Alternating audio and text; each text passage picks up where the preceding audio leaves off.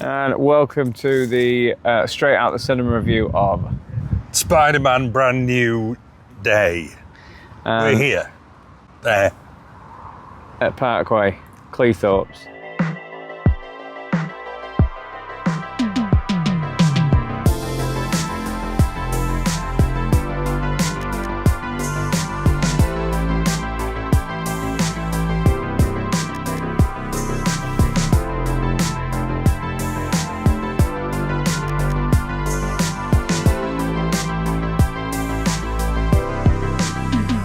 So, what do you reckon? I thought it was all right. Yeah? And the reason I'm saying that is if I think from where we started to where we ended... We weren't ended yet? No, in that particular specific film. Yeah. And what did we achieve? All that I can see that we really achieved was setting up one of the major characters for the next Avengers film. Yes. And little else. I don't know. I would go a little bit further than that. I'll say that and I'll raise you a little bit. Speak on that. I thought it was the second best out of all of them. I thought the best one was the one with all three of them in. Can't remember the name of that one. No Way Home. Yeah, that one was brilliant. And I thought this was just behind that. I thought the action set pieces was probably the best I've ever seen. I thought this was third of the lot we've seen so far. My favourite is Homecoming because of its simplicity. Yeah. Then No Way Home. Then I'd probably put this on par with Far Away Place, whatever the second one's called. Yeah. Okay, fair enough. Far Away, Spider-Man but didn't you Far not Away. think that some of the action set pieces was even for the Spider-Man films, it was raised? No. Oh. But what I did think was the best action set pieces were the small ones. No spoilers. Weirdly. Right. So, and they're in the trailer. So the bit where he's doing his stretches in the trailer, about to fight the security guards, in just like an alley, like a caged alleyway. Brilliant. I've got that written down here. Practical background. Yeah. And then the other one that you also see in the trailers with the ninjas. Yep. Again. But it gave me... mainly practical backgrounds, I thought were far more effective than the crazy swingy CGI generated cityscape. Yeah, that's what I mean by the set pieces. Like I thought, I've written down here Ninja cage scene was amazing. Yes, it was really good, and that was probably one of the best in all the Spider-Mans for me. I really loved it because it was actually the fighting bits was actually a bit more Jason Bourne as well, like the close quarters stuff, and then obviously you've got your superhero based stuff. I find the CGI stuff poor. You can't say it was poor because obviously it's expertly done and it's very clever. You can't say it was poor. Very clever how they do it, but there's still this kind of the swinging through the streets and stuff. It's never looked worse. It's never looked worse. CGI. That was the Hulk CGI stuff was pretty poor as well. Right. All that section. Right. But then they've bitten off quite a lot than they can chew with that because they've gone in really macro detail in his face. So they've set them up for a massive challenge. And like you said, when you're going to have the balls to go in and do that much detail, you have to be absolutely bang on, or it is going to fail. And I think it was 80% there. And therefore, for me, there was a jolt with the actual practical street scenes where they're in Brooklyn. Would look so different.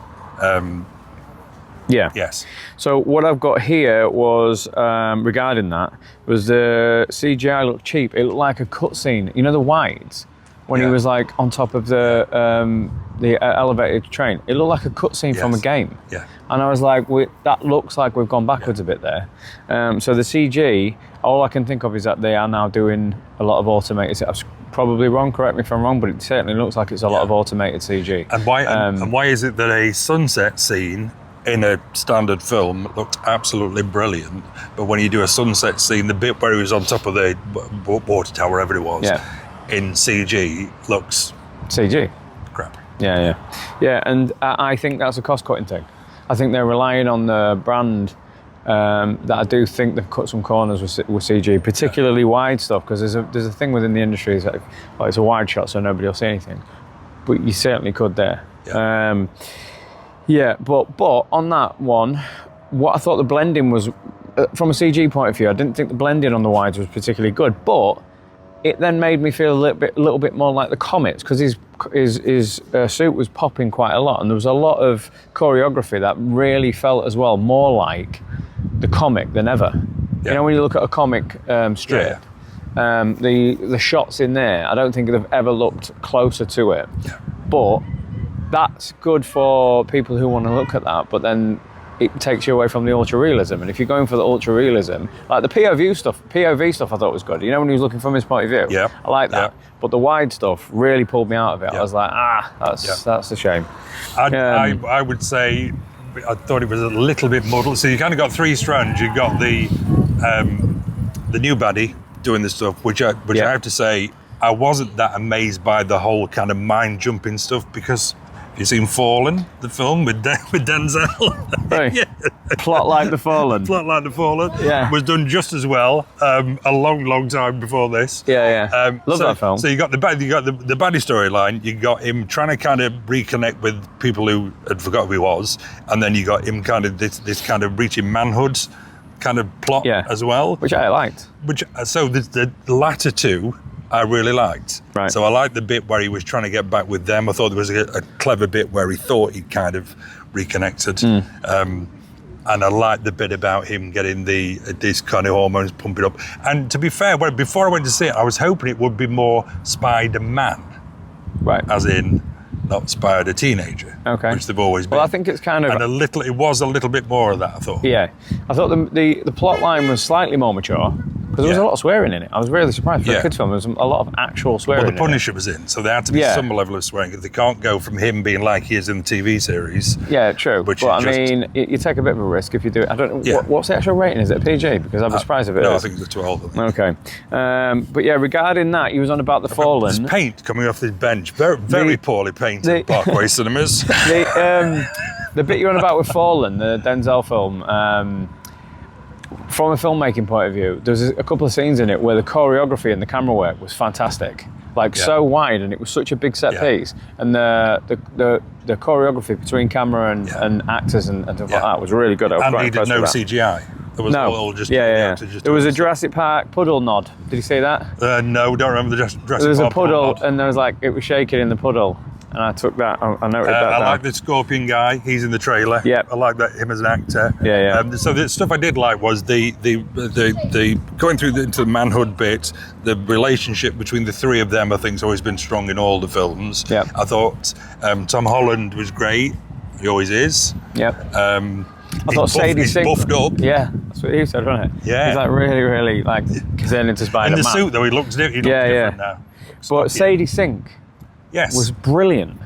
She's brought a proper acting chops to it. She was. It's just we can't say anything about that. But her acting chops, when she had some scenes to deal with, I thought it's nice to see that level of storytelling in that film, because I thought it was quite a mature storyline for what it was. Well, my problem is that I've never been a fan of this massive universe stuff, where every film has to contain characters from other films. Yeah. And all has to tie together, and all is set up for the next film in the universe franchise, which is probably why I like Homecoming so much, because it was kind of a nice kind of origin contained story. Why I like the recent Fantastic Four film, because it didn't have anybody coming in that kind of stuff.